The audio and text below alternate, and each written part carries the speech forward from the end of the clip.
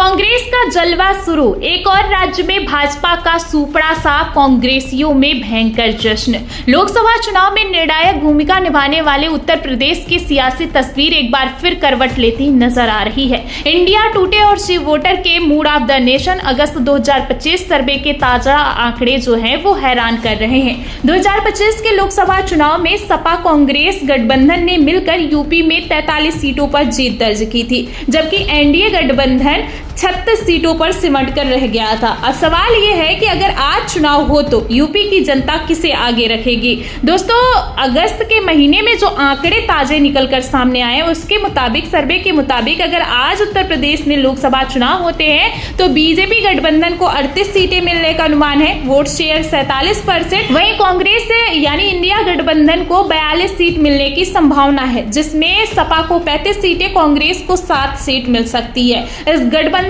का vote share रहेगा 42%। फरवरी 2025 से अगस्त तक ये बदला माहौल बताया जा रहा है, जिससे भारतीय जनता पार्टी की टेंशन बढ़ गई है और योगी आदित्यनाथ की नींद उड़ गई है। वहीं आपको बता दें कि फरवरी 2025 में जब सर्वे किया गया तो बीजेपी को 40 सीटें और 48% वोट शेयर का अनुमान था। कांग्रेस को 40 सीटें मिलने की बात कही गई थी, सपा को 35 सीटें, जबकि आपको बता दें कि फरवरी में इंडिया गठबंधन को 40 सीटें मिलने का अनुमान था। कहा जा रहा था कि सपा को इसमें 35 सीटें और कांग्रेस को 5 सीट मिल सकती है। अब आप देख सकते हैं कि बीजेपी यानी कि एनडीए को 2 सीटों का सीधा नुकसान होता दिखाई दे रहा है, जबकि कांग्रेस गठबंधन को 2 सीटों का फायदा मिलता नजर आ रहा है। खास बात यह है कि यह बढ़त पूरी तरह कांग्रेस के खाते में गई है। फरवरी में 5 सीटें थी और अब जो है अगस्त में 7 सीटें दिखाई दे रही हैं, यानी कि सर्वे में कांग्रेस के लिए अच्छी खबर निकलकर सामने आ रही है, जबकि सपा की स्थिति स्थिर है,